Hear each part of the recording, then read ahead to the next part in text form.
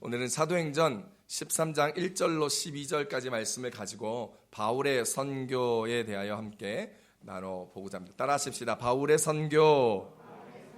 바울의 선교. 우리가 오늘 본문으로 읽은 사도행전 13장의 본문은 하나님께서 세우신 최초의 이방인 교회 수리아 안디옥 교회를 통하여 바울과 바나바가 선교사로 세움을 받고 그 교회로부터 파송을 받아 이제 제1차 선교 여행을 떠나는 장면입니다. 스데반을 죽이는데 앞장서고 나머지 기독교인들도 다 잡으려 했던 철저한 유대주의자였던 우리 사도 바울, 어떻게 이렇게 주의 복음을 위하여 생명을 아끼지 아니하며 전 세계를 돌며 예수의 이름을 증거하는 선교 사역을 할 수 있었을까요?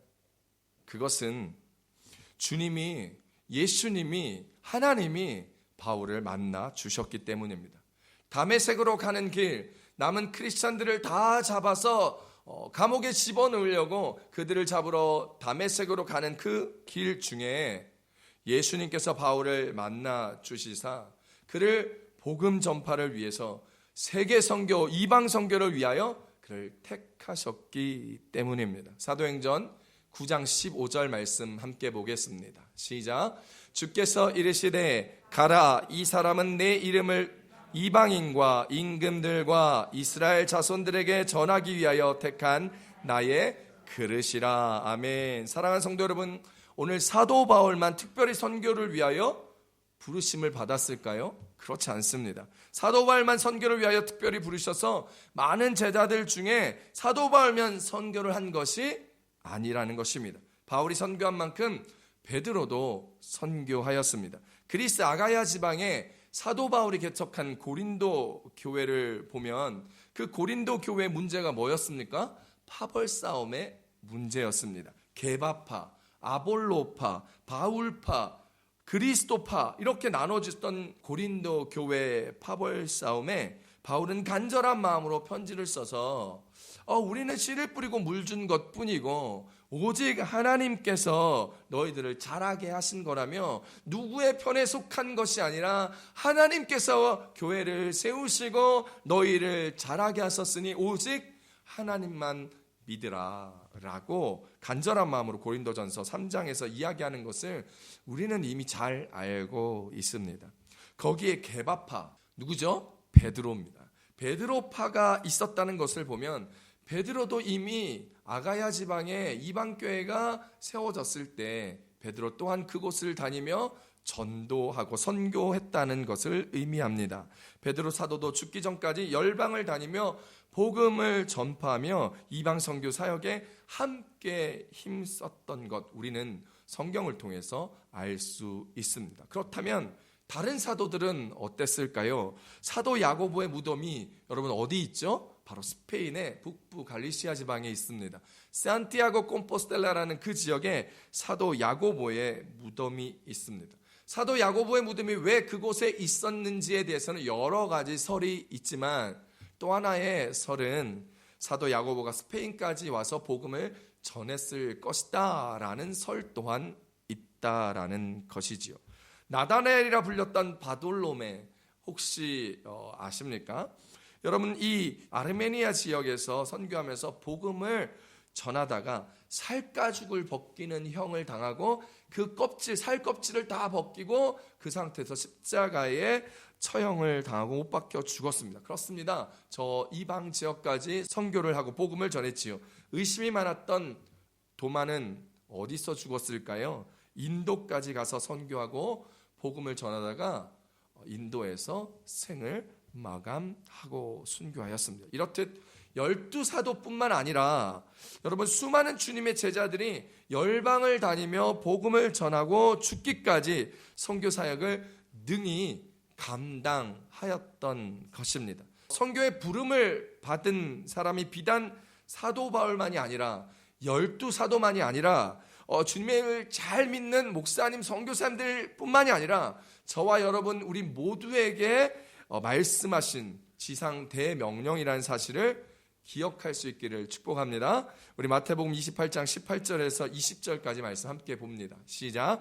예수께서 나와 말씀하여 이르시되 하늘과 땅의 모든 권세를 내게 주셨으니 그러므로 너희는 가서 모든 민족을 제자로 삼아 아버지와 아들과 성령의 이름으로 세례를 베풀고 내가 너희에게 분부한 모든 것을 가르쳐 지키게 하라. 볼지어다 내가 세상 끝날까지 너희와 항상 함께 있으리라 하시니라. 아멘.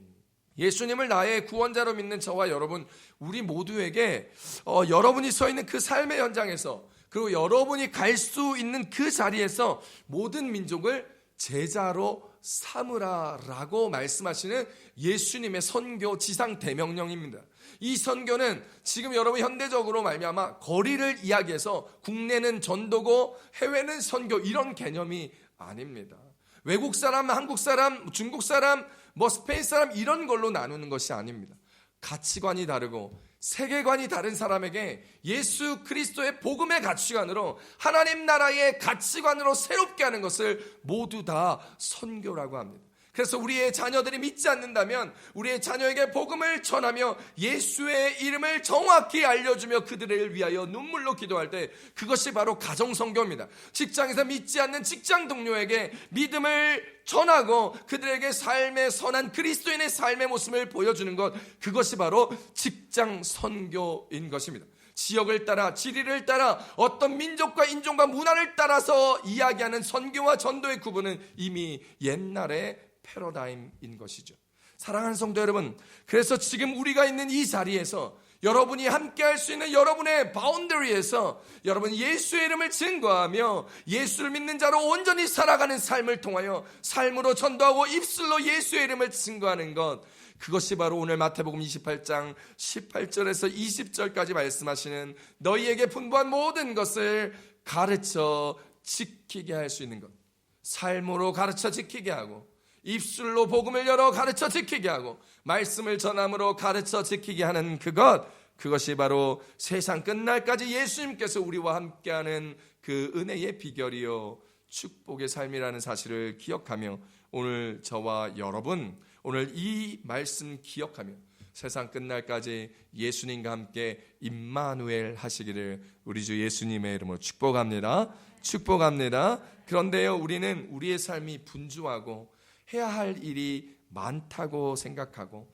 바쁘다고 이 지상 명령을 생각도 안 할 때가 참 많이 있습니다. 공부해야 한다고, 시험 봐야 한다고, 직장 다녀야 한다고, 사업하고 돈 벌어야 한다고, 연애해야 한다고, 애들 키워야 한다고 하면서 나의 시간, 나의 삶은 즐깁니다. 드라마도 보고 TV도 보고 여러분의 많은 여가 시간은 함께 즐기지만 하나님 나라를 위한, 선교를 위한 시간은, 복음을 위한 시간은 잘 내지 않는 것이 우리의 삶의 현 주소입니다. 나와 내 가족이 쓸 돈도 없다고 하면서 물질의 헌신도 하나님 앞에 드리지 않습니다. 다른 사람에게 도움받고 베품을 받는 것에는 익숙하고 좋고 고마워하면서도 정작 다른 사람을 위하여 베푸는 것에 대해서는 자기의 품위를 지키는 그 정도 선에만 그치는 경우가 너무나 많다라는 것입니다. 받는 것보다 주는 것이 복되다 말씀하셨던 예수님의 말씀을 지키며 살아가는 우리의 삶, 어렵고 힘든 자들, 헐벗고 가난한 자들을 위하여 도와주는 우리의 삶, 선한 사마리아 여인과 같은 삶을 살아가라 말씀하셨던 예수님의 그 삶의 이야기들을, 산상수훈의 이야기들, 오른뺨을 맞으면 왼뺨을 돌려대라고 했던 말씀, 겉옷을 달라 그러면 속옷까지 주라는 그 말씀, 오리를 가자 그러면 심리도 갈 수 있어야 한다는 그 그리스도인의 삶의 모습에 대한 말씀을 우리는 지금의 삶을 살아가면서 이기적인 나의 잣대로 내가 그걸 받길 원하지 주기를 그렇게 좋아하지 않는 우리의 모습을 봅니다. 그렇게 복음을 위하여 새로워지고 변화되는 것에 참 불편해할 때가 많이 있죠. 미국의 어느 큰 교회 목사님께서 주일 설교 도중에 흥분돼서 이렇게 말씀하셨습니다. 여러분, 우리의 신앙은 지금 안진뱅이의 신앙입니다. 여러분, 일어나십시오. 일어나서 이제 주님의 나라를 위하여 걸어가야 합니다 라고 얘기하자, 미국 교회는 여러분 아시잖아요. 목사님 설교하시면 막 아멘하고 박수도 치고 막 큰 소리로 막 동의도 하고 막 그러잖아요. 그랬더니 막 여기저기 삼성이 들리면서 맞습니다, 우리 이제 일어나 걸어가야 합니다, 막 이렇게 선포하는 거예요. 미국 교회 목사님께서 너무 설교 중에 기분이 좋은 거예요. 그래서 목사님 말씀하시기를, 그렇습니다 여러분, 교회가 할 일이 너무나 많습니다. 일어나서 걷는 것 가지고는 부족합니다. 이제 함께 뛰어갑시다 라고 얘기하니까 성도들이 신이 나서 여기저기서 이야기합니다. 그렇습니다, 맞습니다, 뛰어갑시다 라고 선포하는 거예요. 목사님이 더 흥분하셨어요. 이 목사님이 흥분하셔서, 여러분, 세상이 너무나 넓습니다. 여러분, 우리 땅끝까지 복음을 전하기 위해 우리 이제 날아가야 합니다. 비행기 타고 날아가며 선교들 함께 가십시다 그랬더니 모든 성도들이 박수를 치면서 선교하자고 동시에 큰 소리를 외치는 거예요. 아멘, 할렐루야, 우리 이제 날아갑시다 그러는 거예요. 목사님께서 너무 흐뭇하셨어요. 여러분, 이렇게 반응을 잘하는 목사의 성도들 보면 목회자가 기분이 좋아요. 그런데 우리 교회 성도들은 반응을 안 하시네요. 이 목사님이 업되셔가지고 더 흥분하신 거예요. 여러분, 이제 우리 교회가 이런 시대적 과제를 달성하기 위하여 우리 물질이 필요합니다. 여러분, 이 시간 우리 구체적으로 하나님 앞에 기도하면서 우리 작정하시고 하나님 앞에 헌금하십시다 라고 얘기했더니 모든 사람들이 일시에 조용해지는 거예요. 아무도 화답하지 않았습니다. 이었고 한 사람이 침묵을 깨고 용기를 내 말했습니다. 목사님, 우리 교회 예전처럼 다시 앉아있는 게 어떻습니까? 이렇게 얘기하는 거예요. 사랑하는 성도 여러분, 이것이 혹시나 우리들의 모습은 아닐까요? 주님이 죽기까지 유언으로 말씀하셨던 이 선교의 지상 대명령, 사도 바울이 그처럼 가고 싶었던 이 스페인 땅에 와서 살고 있는 우리들은 오늘 우리의 삶의 현주소가 어렵고 힘들고 이렇게 팬데믹 상황에서 여러모로 고민과 생각들이 많다 이야기하며 하나님의 나를 사모하기보다 지금 나의 삶을 살아가는 것에 급급한 우리들, 주님 오시는 그날을 사모하며 함께 감당할 수 있는 사람으로 우리가 새롭게 되고 변화되며, 특별히 2월 선교의 달, 우리 이 한 달간은 좀 더 이전보다 각성하여 기도하기를 애쓰고 하나님의 나라를 이루기 위하여 매진하며, 특별히 열방을 위해서 수고하는 선교사님들을 위하여 조금이라도 더 드릴 수 있는 우리 교회가 될 수 있기를 축복합니다. 자, 그렇다면 오늘 말씀을 통하여 주실 은혜는 무엇일까요? 첫 번째입니다. 선교하는 교회가 되어야 한다라는 것입니다. 사도행전 13장 3절 말씀 함께 읽어봅니다. 시작. 이에 금식하고 기도하고 두 사람에게 안수하여 보내니라. 아멘. 수리 안디옥 교회에는 선지자들과 성경을 공부하고 가르치는 교사들이 있었습니다. 그들은 주님을 잘 섬기고 예배하였던 신실한 사람들이었지요. 가끔 그들은 하나님 앞에 금식하고 예배하며 기도하였던 것 같습니다. 그렇게 그들이 하나님 앞에 금식하고 기도할 때 그들 가운데 성령님께서 임하시며 성령님의 음성을 그들에게 들려주셨습니다. 바나바와 사울을 주님의 일을 위하여 따로 세우라라는 말씀이었습니다. 사도행전 13장 1절에서 2절까지 말씀을 쉬운 성경으로 함께 읽어봅니다. 시작. 안디옥 교회에는 예언자와 교사들이 있었습니다. 그들은 바나바와 니게르라 하는 시몬과 구레네 사람 루기오와 분봉왕 헤롯 안티파스와 함께 자란 마나엔과 사울입니다. 그들이 주님께 예배드리며 금식하고 있을 때에 성령께서 그들에게 말씀하셨습니다. 바나바와 사울을 따로 세워 내가 그들에게 맡긴 일을 하게 하여라. 아멘. 그렇습니다. 신실한 사람들이 교회에 모여 함께 기도하고 있을 때 성령님께서는 그 교회에 사명을 주셨습니다. 바나바와 사울이라는 사람을 따로 세워서 하나님께서 새로 맡기신 그 일들을 하게 하라는 것이죠. 그 새로운 일이 무엇입니까? 이방 선교를 위하고 그리고 주님의 몸된 교회를 개척하는 것이었습니다. 그러자 안디옥 교회 성도들은 함께 금식하고 기도한 후에 그들에게 선교원금을 주고 바나바와 사울을 주님의 선교를 위하여 안수하고 파송하여 먼 여정의 길을 떠나게 합니다. 사랑하는 성도 여러분, 선교는요 선교사 혼자 하는 것이 아닙니다. 선교는 교회가 하는 것입니다. 선교는 교회가 함께 하는 것입니다. 그러므로 교회는 미셔널 처치, 선교적 교회가 되어 오늘 우리에게 주신 시대의 지상 대명령을 감당할 수 있는 선교적 교회가 되어야 되는 것이죠. 바울과 바나바를 위하여 수리아 안디옥 교회는 늘 기도하였습니다. 필요한 것을 채워주었습니다. 금식하며 눈물로 기도하였습니다. 그 수리아 안디옥 교회가 있었기 때문에 사도 바울 그의 나이 41세부터 본격적인 선교 사역을 시작하게 됩니다. 41세부터 43세까지 약 2년 5개월에 걸쳐 바나바와 함께 제1차 선교 여행을 하게 되었고 그 본문이 오늘 우리가 읽은 본문입니다. 그리고 돌아와서 약 2년간 안디옥 교회에 머문 다음에 그 이후로 3년 동안 제2차 선교 여행을 하게 되고 2차 선교 여행을 하면서 빌립보 교회와 그리고 데살로니가 교회, 고린도 교회를 개척하게 되지요. 그리고 2차 선교여행을 돌아오자마자 그토록 가고 싶은 에베소 교회에 바로 3차 선교여행을 떠나며 에베소 교회를 개척하게 되고 2차 선교여행, 3차 선교여행을 하면서 수많은 서신서를 쓰게 되는 것들을 우리는 이미 잘 알고 있습니다.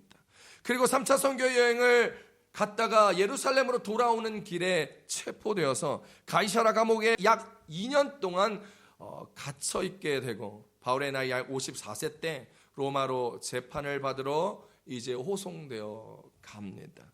그리고 주 한 60년 봄에 로마에 도착하게 되고 감금을 당하게 되며 2년 동안 가택연금을 로마에 당하며 또 그곳에서 원래 로마에 가고 싶었던 자기는 선교 여행으로 가고 싶었지만 하나님의 계획은 또 다르게 2년 동안 가택연금이나 집 주변을 다 다니면서 복음을 전파하는 놀라운 일들 그리고 놀라운 열매들을 맺게 됩니다.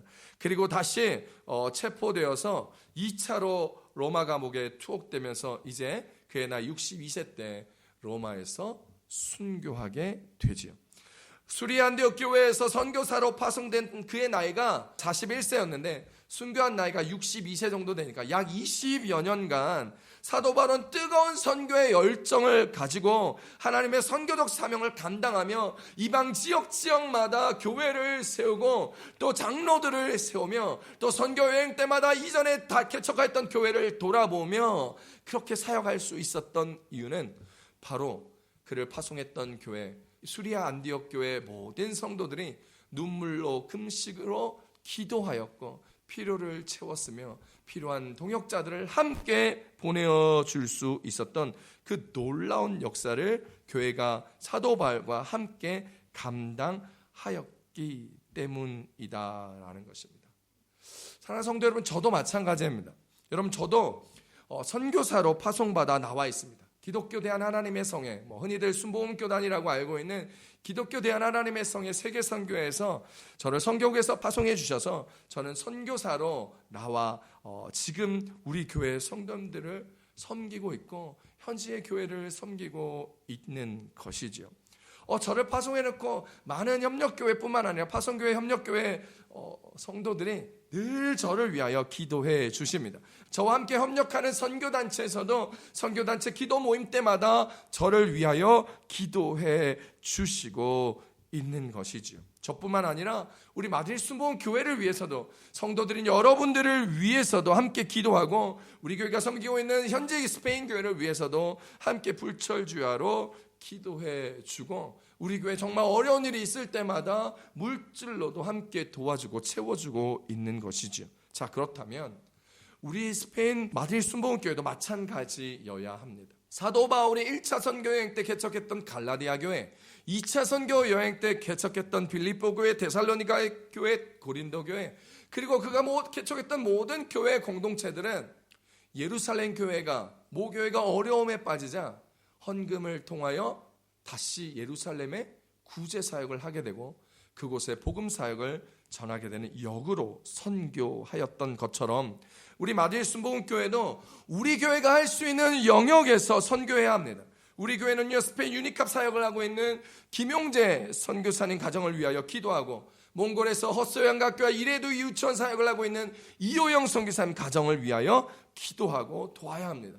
튀니지에서 아랍 공동체 아둘람 센터 사역을 하고 있는 이백성 선교사님 가정을 위하여 눈물로 기도하고 열심으로 도와야 합니다. 여러분, 우리 마드리드 순복음교회가 여러분 열방을 위해서 그렇게 존재할 수 있는 교회가 될 수 있기를 우리 주 예수님의 이름으로 축복합니다. 축복합니다. 몇 년 전에 김동호 목사님께서 우리 교회에 오셔서 하셨던 말씀 중에 하셨던 말씀이 기억이 나고 은혜가 참 됩니다. 우리 교회가, 마드리드 순복음교회가 이 땅에, 스페인 땅에 유학한 유학생들을 위하여 이렇게 예배드릴 수 있도록 존재하는 것 자체가 그것이 하나님께 감사한 것이다 라고 김동호 목사님께서 말씀하시면서, 우리 아들이 군대 갔을 때 군대에서 예배드렸던 그 군대 교회를 예를 들면서 군 포그마를 위하여 사명을 감당하는 그 교회를 예를 들고 함께 나눴던 그 말씀이 기억나고 위로가 됩니다. 한마디로 우리 교회가 유학생 선교를 하고 있는 거예요. 우리 교회가 또한 오후에는 필리핀 성도들과 남미 성도들이 모여 예배하는 그 예배를 섬기고 있습니다. 현지 사역을 하는 곳이죠. 제가 그곳에서 한 달에 2번씩 설교하고 그들에게 성찬 예식을 베풀고, 또 그 교회의 모든 예배 때마다 제가 마무리로 축도하며 예배를 마칩니다. 예전에는 우리 교회 성도들 중에 선교의 마음이 있으신 분들이 오후에 피곤한데도 남으셔가지고 함께 예배를 참석하고 기도하고 현지인들과 함께 찬양으로 함께 섬겨주셨고, 찬양팀 여러분들도 함께 찬양팀으로 섬겨주셨는데, 지금 보니까요 아무도 없어요. 아무도 관심이 없어요. 살아가는 게 힘드니까, 팬데믹 현상에 위험하고 좀 두렵고 우려스러운 것들이 있으니까 아무도 관심이 없고, 지금 현지 사역 담임 목사 혼자 감당하고 있는 거예요.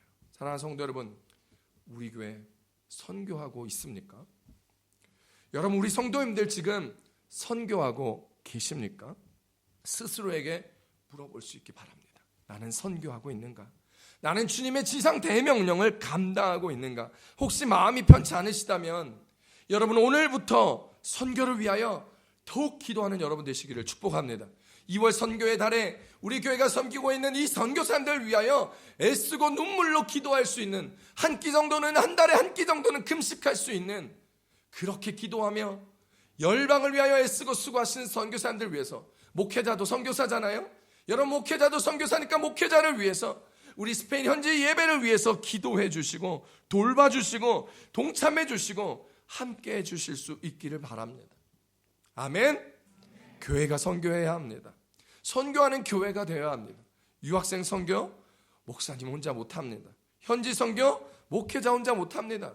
스페인 마드리드에 있는 교민 선교 목회자 혼자 못합니다. 여러분이 함께 해 주셔야 합니다. 여러분이 도와주셔야 합니다. 함께 감당해 주시고 함께 기도해 주시고 함께 선교의 길을 걸어가 주셔야 하는 거예요. 그래야 우리 교회가 하나님이 기뻐하는 교회요, 그래야 우리의 교회가 하나님과 임마누엘하며 세상 끝날까지 함께 있을 수 있는 그 교회요, 그래야 여러분의 가정이 임마누엘하는 가정이 될 수 있다는 사실 꼭 기억할 수 있게 되기를 축복합니다. 사랑하는 성도 여러분, 2월은 선교의 달입니다. 교회가 선교하는 교회가 되어야 합니다. 교회 중보기도가 선교지에서 일어나는 영적 전쟁을 승리로 이끌 수 있다는 사실 또한 기억해야 합니다. 교회가 하는 후원이 선교사로 하여금 사랑과 은혜를 경험하여 선교지에서 외롭지 않게 하고 위로와 체험을 경험할 수 있게 하여 어려운 사역에, 이 어려운 시기에 힘낼 수 있게 한다는 사실을 기억할 수 있기를 축복합니다. 우리 교회가 선교사님에게 그런 사랑과 위로와 영적 능력을 함께 할 수 있는 그런 선교하는 교회, 그런 귀한 교회, 그런 은혜의 교회가 될 수 있기를 우리 주 예수님의 이름으로 축복합니다. 그리고 우리 교회가 스페인 마드리드를 찾아오는 유학생들에게도, 또 교민들에게도, 현지인들에게도 위로와 격려, 그리고 쉼과 안식, 주님을 만나는 그 통로, 그 모든 것이 예수 그리스도의 사랑, 하나님의 은혜로 말미암아 함께 할 수 있는 마드리드 순복음교회 되실 수 있기를 우리 주 예수님의 이름으로 축복합니다. 축복합니다. 두 번째 오늘 말씀해 주신 은혜는 성령의 역사로 선교해야 한다라는 것입니다. 따라 하십시다. 성령의 역사로 선교해야 합니다. 오늘 본문 사도행전 13장 4절 말씀 함께 읽어봅니다. 시작. 두 사람이 성령의 보내심을 받아 실루기아에 내려가 거기서 배 타고 구브로에 가서. 아멘. 사도 바울이 어떤 사람인가라는 생각을 저는 신학생 때 많이 궁금했던 적이 있습니다. 아마도 목회자고 선교사로 또 평신도지만 선교사를 꿈꾸는 사람들은 사도 바울에 대하여 매우 궁금해했었을 것입니다. 성경의 문헌을 살펴보면 그림으로도 볼 수 있는 것처럼 우리는 성경으로 채택하고 있지 않지만 카톨릭 교회에서 성경으로 채택하고 있는 외경의 한 문헌에 이렇게 나와 있습니다. 바울과 테크라 행전이라는 외경인데 이 외경에 사도 바울에 대한 이 기록이 있는데 거기 3장에 보면 바울과 처음 만나는 오네시포루스라는 사람이 사도 바울에 대하여 이야기하는 장면이 나옵니다. 그곳에 나와 있는 사도 바울에 대한 내용을 살펴보면 사도 바울은 키가 작고 또 사도 바울의 머리는 대머리였으며 다리는 안짱다리였고 눈썹은 양쪽이 서로 붙었고 코는 매부리코였다고 합니다. 그러나 바울의 풍채는 고상하고 얼굴은 어떻게 보면 사람 같고 어떻게 보면 천사의 얼굴처럼 보이며 그의 모습에서 은혜가 충만했다라고 외경에서는 기록하고 있습니다. 즉 외모는 별로 볼품이 없고 키도 작고 대머리에다 매부리코에다가 별로 못생겼는데 그의 얼굴이 천사의 얼굴처럼 보이며 그의 모습에서 은혜가 충만했다는 기록을 찾아볼 수 있습니다. 이것을 우리의 성경과 함께 살펴보니 평상시에 사도 바울의 모습에서 성령의 충만함, 그가 성령에 사로잡혀 성령의 충만함으로 살아가고 있었기에 보는 사람들이 그에게 은혜가 가득하며 얼굴에 천사의 형상이 보였다라고 이야기하는다라는 것을 알 수 있다는 것이죠. 그렇습니다. 바울은 예수님을 사랑했고 그 마음속에는 복음과 전도에 대한 열정으로 뜨거웠으며 성령의 충만함으로 그의 삶을 살아갔더랬습니다. 사도 바울은 성령의 보내심으로 선교 여행을 가게 되었던 것이죠. 사도행전 13장 4절에서 이야기합니다. 시작. 두 사람이 성령의 보내심을 받아 실루기아에 내려가 거기서 배 타고 구브로에 가서. 아멘.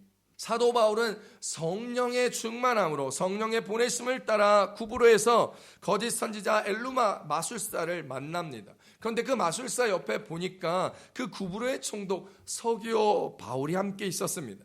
사도 바울 일행이 그에게 복음을 전하려 하였는데 그때 그 마술사가 그 복음을 전하는 것을 방해하더라는 것입니다.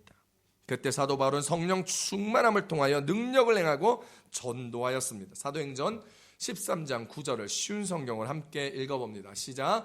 그러나 바울이라고도 부르는 사울이 성령이 충만하여 마술사를 노려보며. 이 엘루마 마술사가 구브로 총독 서교 바로 옆에 딱 붙어서 복음이 전해지는 것을 막고 믿는 것을 방해하자 사도 바울이 성령 충만한 모습으로 이 마술사를 쫙 째려봤다고 성경은 이야기합니다. 그리고 이렇게 쫙 째려보면서 복음을 방해하자 이 마술사가 앞을 못 보게 만들어 버리죠. 그러자 그것을 본 구브로 총독 서기오 바울이 예수를 믿고 변화되는 놀라운 역사를 1차 선교여행 첫 선교 지역에서 경험하게 되고 열매를 맺게 됩니다. 한마디로 첫 사역에서 대어를 낚은 것이죠. 사도행전 13장 12절 쉬운 성경으로 봅니다. 시작. 총독이 이 모습을 보고 주를 믿게 되었습니다. 그는 주님에 관한 가르침에 깊은 감명을 받았습니다. 아멘. 바울과 바나바의 1차 선교행의 첫 열매에서 성령님은 그들과 함께 하셨고 놀라운 선교의 열매를 처음부터 강력하게 경험하게 하셨습니다. 그리고 사도 바울의 능력이 아니라 성령님이 하셨다. 성경은 우리 가운데 이야기합니다. 그렇습니다. 선교는요, 성령의 역사가 없이는 할 수 없는 것입니다. 제가 20대 후반에 우즈베키스탄으로 선교를 갔을 때 한 마을에 들어갔습니다. 한 가정의 초대를 받아서 우리 선교팀이 그곳에서 먹고 자고 다음날 아침 한 6시쯤에 일어나서 아침 예배를 준비하는데 아침에 일어나서 마당에 이렇게 이빨을 닦으러 나갔는데 그 마당에 조그마한 의자에 한 이웃집 아주머니 한 분이 마당에 이렇게 혼자 앉아 계셨습니다. 그 아주머니와 함께 간단한 우즈베키스탄 언어로 이야기를 나누고 인사를 하고 세수를 하고 선교팀과 아침 예배를 다 드리고 나왔는데 여전히 그 아주머니께서 그 마당에 쪼그리고 작은 의자에 이렇게 쪼그리고 앉아 계셨습니다. 제가 속으로 주님, 저분 왜 저기 앉아 있지요? 혹시 우리를 감시하는 게 아닐까요? 라고 하나님 앞에 작은 목소리로 기도했습니다. 왜냐하면 이슬람 지역을 다니다 보면 가는 곳곳마다 우리의 동태를 살피며 감시하는 사람들이 있고 조금만 잘못된 행동을 하면 경찰에 신고해서 경찰이 저희를 잡아와서 실제로 제가 복음을 전하고 경찰서에 투옥되기도 여러 번 있었습니다. 그래서 이렇게 좀 이상해서 하나님 앞에 기도했었어요. 그러자 성령님께서 제 마음속에 이런 말씀을 주셨습니다. 저 여자가 아파서 저기에 앉아 있는 거다라는 거예요. 그래서 제가 그분에게 다가가서 물어보았죠. 아주머니 혹시 어디 아프신가요? 그랬더니 그분이 오른쪽 무릎이 아파서 잘 걷지를 못한다는 것입니다. 그러면서 대뜸 저에게 물어보셨습니다. 당신 의사예요? 라고 물어보는 거예요. 당황하였습니다. 뜬금없는 질문에 당황하였습니다. 그리고 제가 어떻게 대답해야 될지 모르자 주님은 제 마음에 이렇게 나지막한 음성으로 성령님께서 말씀하여 주셨습니다. 너는 영혼을 치료하는 의사다라고 말해요. 제가 그 말을 딱 듣는 것에 나는 의사다라는 말은 못했지만 나는 의사다라는 마음으로 그분에게 이야기하였습니다. 자, 제가 아픈 것을 좀 봐드릴게요 라고 이야기하면서 근데 제가 아픈 것을 치료하기 전에 제 이야기를 잘 들어주세요 라고 이야기하면서 복음을 전했습니다. 영혼을 치료하면 몸이 낫게 된다는 말과 함께 그 아주머니에게 저는 영혼을 치료하는 의사라고 설명하면서 복음을 나누었는데 그 아주머니께서 이거 믿으면 몸이 낫는 거예요? 아픈 데가 낫는 거예요? 라고 물어보는 거예요. 그래서 제가 한치의 의심 없이 그렇습니다. 아멘. 믿으면 낫습니다. 그랬더니 그분이 그냥 덥석 아멘 하시는 거예요. 그렇게 믿겠다고 아멘을 하시자 제가 더 당황하기 시작했습니다. 그리고 영접 기도를 해드린 다음에 제게 가지고 있었던 의약품이라고는 맨솔에담하고 펜잘밖에 없었는데 맨솔에담을 그 아주머니의 무릎에 이렇게 발라드리면서 그분 보고 이렇게 문질러라 그랬어요. 그렇게 이렇게 문질렀는데 제가 막 문지르면서 계속해서 안수기도 했죠. 막 했는데 제가 막 왜 안 나으면 안 되니까 낫는다고 했는데 간절한 목소리를 엄청 제가 목소리가 이렇게 크잖아요. 막 간절히 안수기도 하고 눈을 딱 떴는데 저희 주인집 아주머니도 나오고 저희 선교팀이 다 나와서 저를 쳐다보고 있는 거예요. 제 목소리가 아침부터 너무 컸던 것이죠. 그런데 제가 기도를 하고 났더니 이 아주머니께서 아팠던 무릎이 다 나았다라는 거예요. 할렐루야. 이 아주머니가 여기서 끝내야 되는데 이 아주머니 다 나았다면서 갑자기 뛰어나갔어요. 동네 아픈 사람들 다 불러와서 20명이 앉게 되면서 갑자기 그곳이 병원이 된 거예요. 주님 어떻게 합니까? 그리고 기도하고 줄을 세웠습니다. 그 첫 번째 사람은 저를 통과하며 제가 어디가 아픈지 물어보고 아픈 곳을 손을 얹고 기도해주면서 그분에게 복음을 전했습니다. 그분이 아멘하면 뒤에 있는 분이 그 다음에 맨솔에담, 펜잘 뭐 이런 간단한 의약품을 발라주고 먹이고 지나가면 뒤에 있는 사람이 에르마노 이렇게 형제자매로 안아주고 한국에서 갖고 온 기념품 선물을 이렇게 주는 3단계 코스로 선교팀이 딱 했는데 글쎄 20여 명의 사람들이 그곳에서 깨끗하게 고침을 받고 예수님을 믿고 그곳에서 교회가 개척이 되었습니다.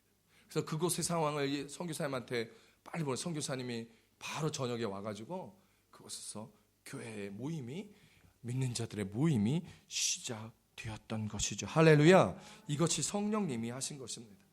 제게 능력이 있어서 한 것이 아니라 단기 선교팀에 능력이 있고 의사가 있어서 그리고 막 대단한 약을 처방해 주서가 아니라 그 작은 것에 순종하는 마음으로 역사하였더니 하나님께서 성령님께서 역사하시는 그 역사의 상황을 오늘 저와 여러분이 함께 본 것입니다. 할렐루야.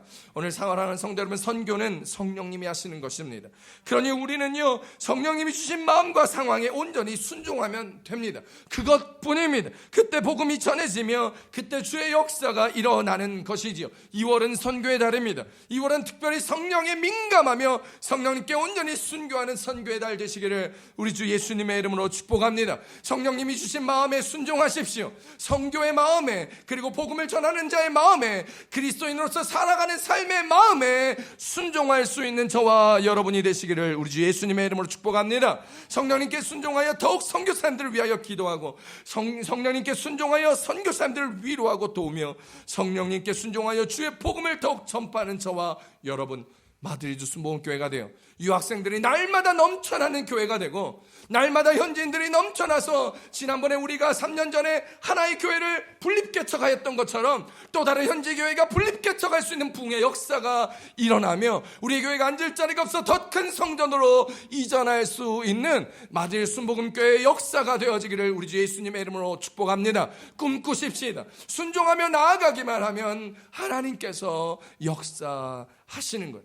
비용, 돈이 없어도, 가진 것이 없어도, 할 수 있는 사람도 재능도 능력도 없을지라도 주님께 순종하기만 하면 주님이 우리에게 반드시 부어주실 줄 믿습니다. 사도 바울에게 역사하시는 성령의 불로 말미암아 그가 가는 곳마다 차갑고 냉정하고 냉랭했던 사람들의 심령에 성령의 불이 붙고 믿음의 구원의 역사가 일어났던 것처럼 예수님은 내가 불을 땅에 던지러 왔노라 라고 우리에게 말씀하여 주셨습니다. 누가복음 12장 49절 말씀입니다. 함께 읽습니다. 시작. 내가 불을 땅에 던지러 왔노니 이 불이 이미 붙었으면 내가 무엇을 원하리요. 아멘. 우리가 살아가면 믿음과 믿지 못하는 마음이 늘 우리 안에서 충돌합니다. 신앙과 불신앙이 늘 우리를 힘들게 하고 우리를 하나님과 멀어지게 하기도 합니다. 신앙과 불신앙의 충돌은 어쩔 수가 없습니다. 믿는 자와 믿지 않는 자의 충돌도 어쩔 수 없습니다. 그러나 그 충돌 가운데